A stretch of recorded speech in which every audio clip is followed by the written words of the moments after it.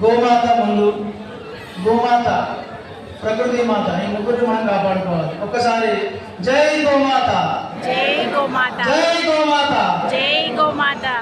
గోమాత విలువ ఏంటి అసలు? ఇందాక మనం ప్రకృతి వ్యవసాయం గురించి అందరికీ మాట్లాడుతున్నాం, అందరికీ తెలుసు. ప్రకృతి వ్యవసాయంలో ఏ పద్ధతులు ఉంటాయి, ఏ విధంగా చేసుకోవాలి, వాటి యొక్క విలువలు ఏంటి, వాటిని ఎందుకు చేయాలి, ఇవన్నీ మనం ఇందాక పెద్దలందరూ చెప్పారు.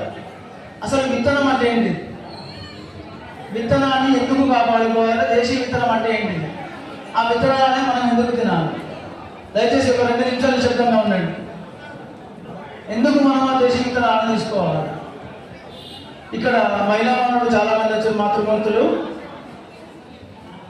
ఇంట్లో మనం ఏ విధంగా అయితే భార్య, భర్త, తల్లి, తండ్రి, అక్క, చెల్లి, అన్న, బావ ఏ విధంగా డిస్కషన్ చేసుకుంటామో, ఒక మీటింగ్కి వెళ్ళినప్పుడు భార్య, భర్త ఖచ్చితంగా వెళ్ళాలండి. ఎక్కడికి పోయినా కూడా ఇద్దరు వెళ్ళాలి.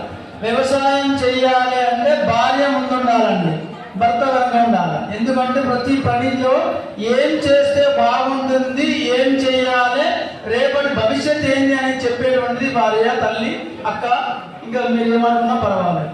సో వాళ్ళు ముందుండాలి కాబట్టి వాళ్ళ తర్వాత మేము ఉంటాం. మా విజయం వెనకాల మీరు ఉన్నారు కదా.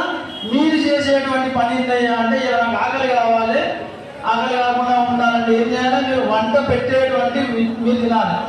మీరు వండితేనే మేము తినాలి. మేమైతే